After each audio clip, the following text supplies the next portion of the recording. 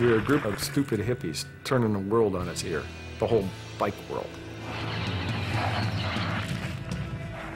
There were no rules because the authorities didn't know about us. It was wide open.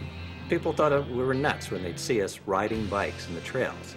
Here's how tough we were. One guy would run, the other two guys would ride, you know, and then we'd switch.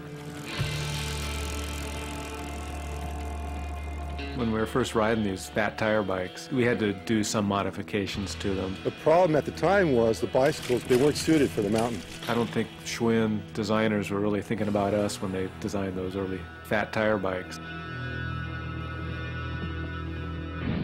I had a whole front end come off me on one ride, and the bike just split right in half.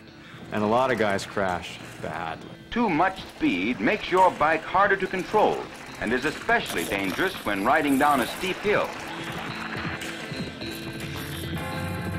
You know, man, I just thought, man, I just wonder if it just broke my pelvis, you know. I mean, it slammed so hard. It was obvious we needed new technology. You know, a multi-gear bike just totally made sense. The mechanical advantages of the transmission were there. In the beginning, it was part scavenger hunt and part black art.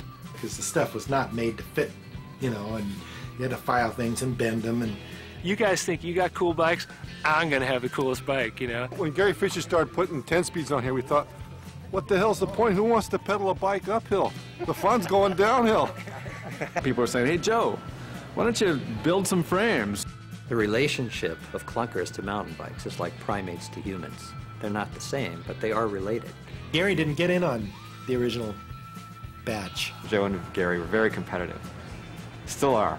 I wanted to do it my way, you know? I mean, his bikes are beautiful and everything, but I had my way of doing it too. Gary shows up and he says, hey, man, Tom made 9 more of these bikes. We used to call him General Motors because, I mean, he'd just crank out the bikes. I wanted to make a company out of this thing, and I wanted to spread it all around the world. And the business was badly run from that minute on. In order to get a bike from us, you had to pay us up front a couple of crazed hippies. Gary Fisher was a very good example of a hippie capitalist. The demand was so high and the supply was so limited that even our ineptitude couldn't stop us.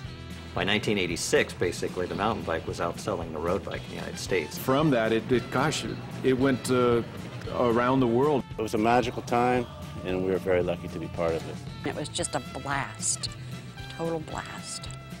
It just humbles you, realizing, you know, how lucky, you know, you've been to be able to grow up in this way.